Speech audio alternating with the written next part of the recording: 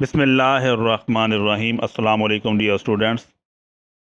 Ninth class की chemistry का chapter number 7 और इसका जो उन्वान है वो इलेक्ट्रोकेमिस्ट्री है। चैप्टर हमारा 7 नाइन्थ क्लास की केमिस्ट्री और इलेक्ट्रोकेमिस्ट्री के बारे में हम स्टार्ट कर रहे हैं। इलेक्ट्रोकेमिस्ट्री जो चैप्टर है ये बहुत ही इंटरेस्टिंग सा चैप्टर है, क्योंकि इसमें जो ट्रेंड चल रहा है इस वक्त ये इलेक्ट्रोकेमिस्ट्री का ही चल रहा है और जो नई इजादात बन रही हैं वो सारी की सारी इलेक्ट्रोकेमिस्ट्री के पर ही बेस कर रही हैं।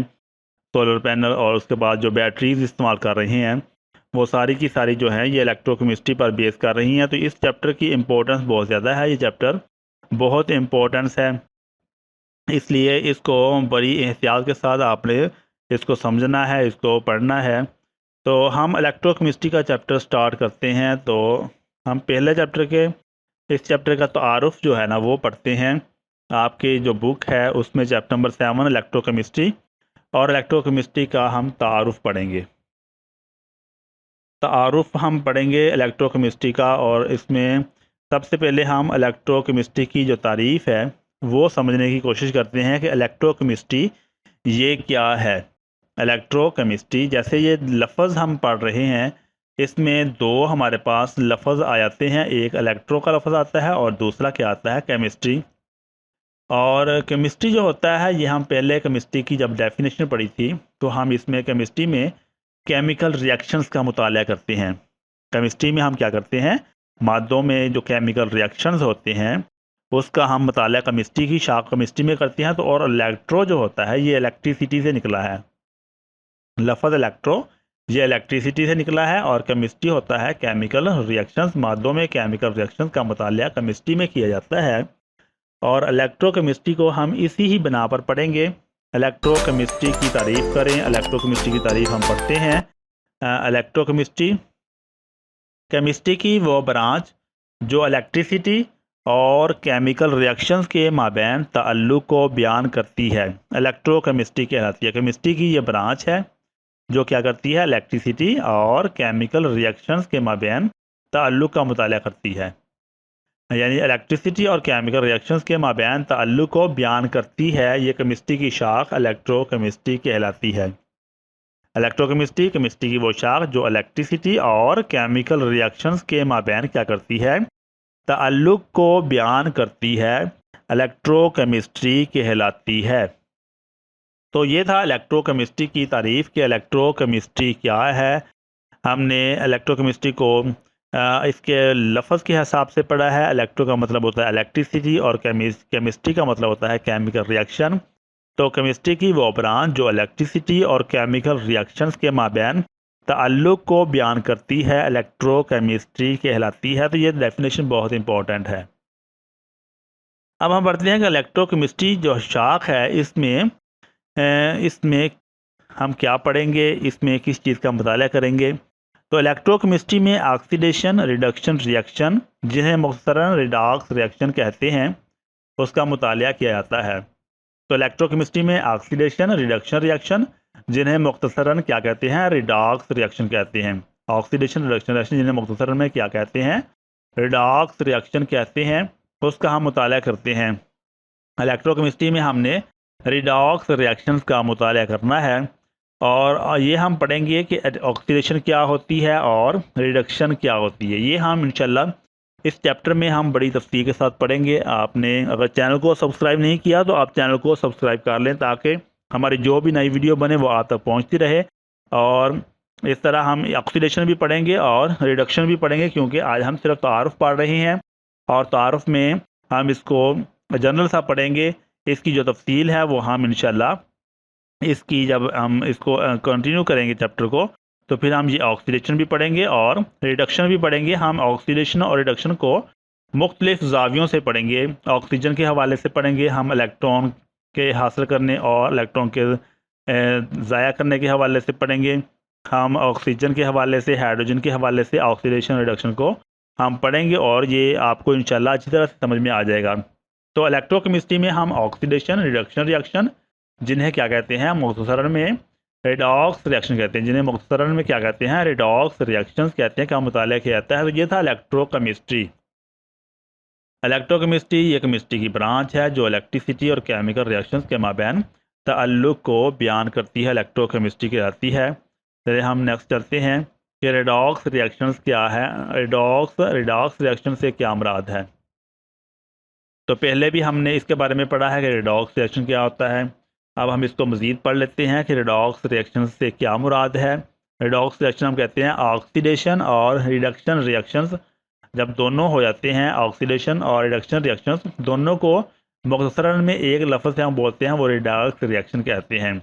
ऑक्सीडेशन रिडक्शन रिएक्शंस को मुख्तसरन रिडॉक्स रिएक्शंस कहते हैं। तो ये था रिडॉक्स रिएक्शन। तो रिडॉक्स का जब लफ्ज़ आ जाए तो इसको देखकर परेशान नहीं होना, क्योंकि ये ऑक्सीडेशन और रिडक्शन ये दो मुख्तलिफ़ किस्म के केमिकल रिएक्शन होते हैं।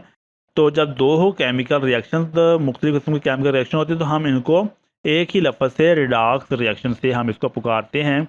तो ये था रिडॉक्स रिएक्शन। ऑक्सीडेशन और रिडक्शन रिएक्शंस को रिडॉक्स रिएक्शन कहते हैं। तो ये आपको कन्फ्यूजन जो होगी इसकी वो उम्मीद है कि दूर होगी कि रिडॉक्स रिएक्शन क्या होता है। ऑक्सीडेशन रिएक्शन और रिडक्शन रिएक्शंस इन दोनों को हम रिडॉक्स रिएक्शंस पढ़ते हैं। तो ये था रिडॉक्स रिएक्शन। तो ऑक्सीडेशन और रिडक्शन हम इंशाल्लाह ये हम जो नेक्स्ट है इसके बाद जो वीडियो बनेगी उसमें हम ऑक्सीडेशन और रिडक्शन को बड़ी ही तफसील के साथ पढ़ने वाले हैं। इसलिए आपने इस चैप्टर को आपने लाजमन देखना है। ये आपको इंशाल्लाह बहुत आसानी के साथ समझ में आ जाएगा। तो हम नेक्स्ट पढ़ते हैं कि रिडॉक्स रिएक्शन या तो खुद ब खुद वकूफ़ ज़ीर होते हैं और इलेक्ट्रिसिटी पैदा करते हैं। या रिडॉक्स रिएक्शन यानी ऑक्सीडेशन रिडक्शन रिएक्शन या क्या होते हैं, या तो कहते हैं खुद ब खुद वकूफ़ ज़ीर होते हैं यानी स्पॉन्टेनियस होते हैं और क्या करते हैं इलेक्ट्रिसिटी पैदा करते हैं, और या फिर खुद ब खुद वकूफ़ ज़ीर ना होने वाले रिएक्शंस को वकूफ़ ज़ीर करने के लिए इलेक्ट्रिसिटी इस्तेमाल की जाती है। तो रिडॉक्स रिएक्शन या तो खुद ब खुद वाक़या होते हैं और क्या होता है इलेक्ट्रिसिटी पैदा होती है, और या फिर खुद ब खुद वकूफ़ ज़ीर ना होने वाले जो रिएक्शन होते हैं उनको क्योंकि वो खुद ब खुद नहीं वाक़या हो रहे होते तो उनको करने के लिए हम क्या कहते हैं इलेक्ट्रिसिटी इस्तेमाल करते हैं। तो रिडॉक्स रिएक्शन हम यहाँ पर दो किस्म के पढ़ते हैं। एक रिडॉक्स रिएक्शन वो हैं जो खुद ब खुद वाक़या होते हैं और उससे क्या होता है इलेक्ट्रिसिटी पैदा होती है। दूसरे वो हैं जो खुद ब खुद वाक़या नहीं होते, उनको वकूफ़ ज़ीर करवाने के लिए हम क्या करते हैं इलेक्ट्रिसिटी का इस्तेमाल करते हैं। तो ये नॉन स्पॉन्टेनियस रिएक्शन होते हैं। तो ये भी हम इलेक्ट्रोकेमिस्ट्री के अंदर ही पढ़ते हैं। स्पॉन्टेनियस रिएक्शंस क्या होते हैं और नॉन स्पॉन्टेनियस रिएक्शंस क्या होते हैं ये हम पढ़ते हैं। स्पॉन्टेनियस रिएक्शंस स्पॉन्टेनियस रिएक्शन ये वो रिएक्शंस हैं जो खुद ब खुद बगैर किसी बैरूनी एजेंट के वकूफ़ ज़ीर होते हैं। स्पॉन्टेनियस रिएक्शंस वो रिएक्शंस हैं जो खुद ब खुद बगैर किसी बैरूनी एजेंट के वकूफ़ ज़ीर होते हैं। मिसाल के तौर पर यहाँ पर हम देखते हैं कि जो घड़ी के अंदर यूज़ होने वाला सेल होता है वो क्या करता है, घड़ी में इस्तेमाल होने वाला जो सेल है, जो घड़ी में हम इस सेल इस्तेमाल करते हैं वो क्या है, उसमें रिडॉक्स रिएक्शन होता है, लेकिन उसमें कोई भी हम बिजली वगैरह यूज़ नहीं करते। उसके अंदर सेल के अंदर खुद ब खुद ही रिएक्शन वाक़या होता है। तो ये स्पॉन्टेनियस रिएक्शन है। उससे क्या होता है बिजली पैदा होती है। तो ये घड़ी में इस्तेमाल होने वाला जो सेल है वो स्पॉन्टेनियस रिएक्शन की बहुत ही उम्दा मिसाल है। स्पॉन्टेनियस रिएक्शन वो रिएक्शन है जो खुद ब खुद बगैर किसी बैरूनी एजेंट के वकूफ़ ज़ीर होते हैं। तो ये केमिकल रिएक्शंस गैल्वानिक सेल में वकूफ़ ज़ीर होते हैं। स्पॉन्टेनियस रिएक्शन कहाँ पर वाक़या होते हैं, गैल्वानिक सेल यानी जो घड़ी का सेल होता है, जो क्लॉक में हम डालते हैं, जो क्लॉक का सेल होता है, जो हम क्लॉक टाइम देखने के लिए इस्तेमाल करते हैं वो क्लॉक, इसके अंदर जो सेल इस्तेमाल होता है वो गैल्वानिक सेल कहलाता है। तो गैल्वानिक सेल के अंदर जो स्पॉन्टेनियस केमिकल रिएक्शंस है वो खुद ब खुद ही वाक़या होता है। केमिकल रिएक्शन वो खुद ब खुद ही पैदा वाक़या होता है। तो उसको हम स्पॉन्टेनियस केमिकल रिएक्शन कहते हैं। स्पॉन्टेनियस का मतलब होता है खुद ब खुद वकूफ़ ज़ीर होने वाला। तो स्पॉन्टेनियस रिएक्शन वो रिएक्शन जो खुद ब खुद बगैर किसी बैरूनी एजेंट के वकूफ़ ज़ीर होते हैं, स्पॉन्टेनियस रिएक्शन कहलाते हैं। ये रिएक्शंस गैल्वानिक सेल में वकूफ़ पज़ीर होते हैं, यानी जो क्लॉक के अंदर इस्तेमाल होने वाला सेल है या घड़ी में इस्तेमाल होने वाला जो सेल है उसमें गैल्वानिक सेल इस्तेमाल होता है। अब हम नॉन स्पॉन्टेनियस रिएक्शंस के बारे में पढ़ते हैं।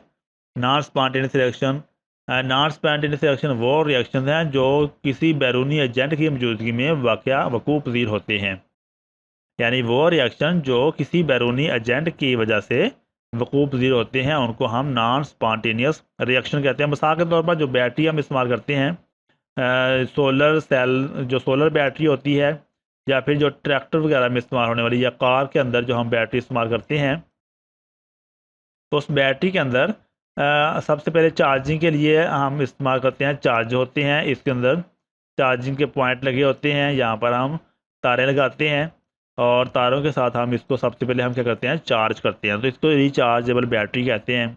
तो रिचार्जेबल जो बैटरी होती है उसमें नॉन स्पॉन्टेनियस केमिकल रिएक्शन उस वक्त वकूफ़ पज़ीर होता है जब हम बैटरी को क्या करते हैं, बिजली की तारों के साथ जोड़ देते हैं।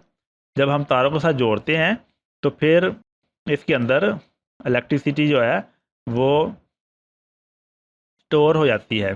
तो इसको हम कहते हैं कि ये नॉन स्पॉन्टेनियस केमिकल रिएक्शन बैरूनी एजेंट की वजह से इस बैटरी ने इसको चार्ज किया। तो ये चार्जेबल जो बैटरी है इसको बिजली ने चार्ज किया। बैरूनी एजेंट बिजली है जिसने बैटरी को क्या किया, चार्ज कर दिया। तो इसको हम कहते हैं non spontaneous chemical reaction. Non spontaneous reaction वो रिएक्शन हैं जो किसी बैरूनी एजेंट की मौजूदगी में वकूफ़ पज़ीर होते हैं। यही बैटरी जिसको हम किसी चार्जर के ज़रिए चार्ज करते हैं, तो क्योंकि बैटरी के अंदर जो हमने तेज़ाब डाला हुआ है वो खुद ब खुद बिजली को स्टोर नहीं करता। उसको स्टोर करने के लिए हम चार्ज करते हैं। हम क्या करते हैं, चार्जर लगाते हैं, हम यूपीएस लगाते हैं, या फिर हम सोलर की प्लेटें लगाते हैं ताकि वो बिजली भेजे और बैटरी को क्या हो, चार्ज हो जाए। तो चार्जिंग वाली जो बैटरी होती है वो उसमें जो रिएक्शन होता है वो नॉन स्पॉन्टेनियस केमिकल रिएक्शन होता है। तो जो पिछला रिएक्शन था स्पॉन्टेनियस, वो क्या था, वो घड़ी के अंदर इस्तेमाल होने वाला जो सेल है, जब हम सेल को डाल देते हैं तो हम उसको चार्ज तो नहीं करते ना, तो वो खुद ब खुद ही घड़ी को चलाता रहता है और बाला आखिर वो सेल जो होता है वो फिर ख़त्म हो जाता है और फिर हम नया सेल डालते हैं जिससे जो बैटरी जो क्लॉक है वो दोबारा फिर चलना शुरू कर देता है।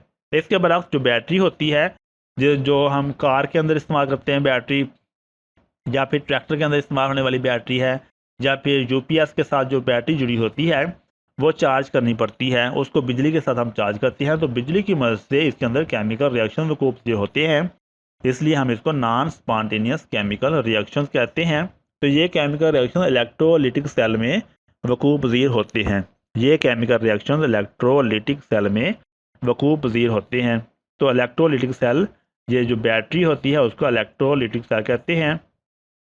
तो ये हम इलेक्ट्रोलिटिक और गैल्वानिक सेल को इंशाल्लाह आने वाली वीडियोस में हम इंशाल्लाह बड़ी तफसील के साथ इस चैप्टर के अंदर हम पढ़ेंगे।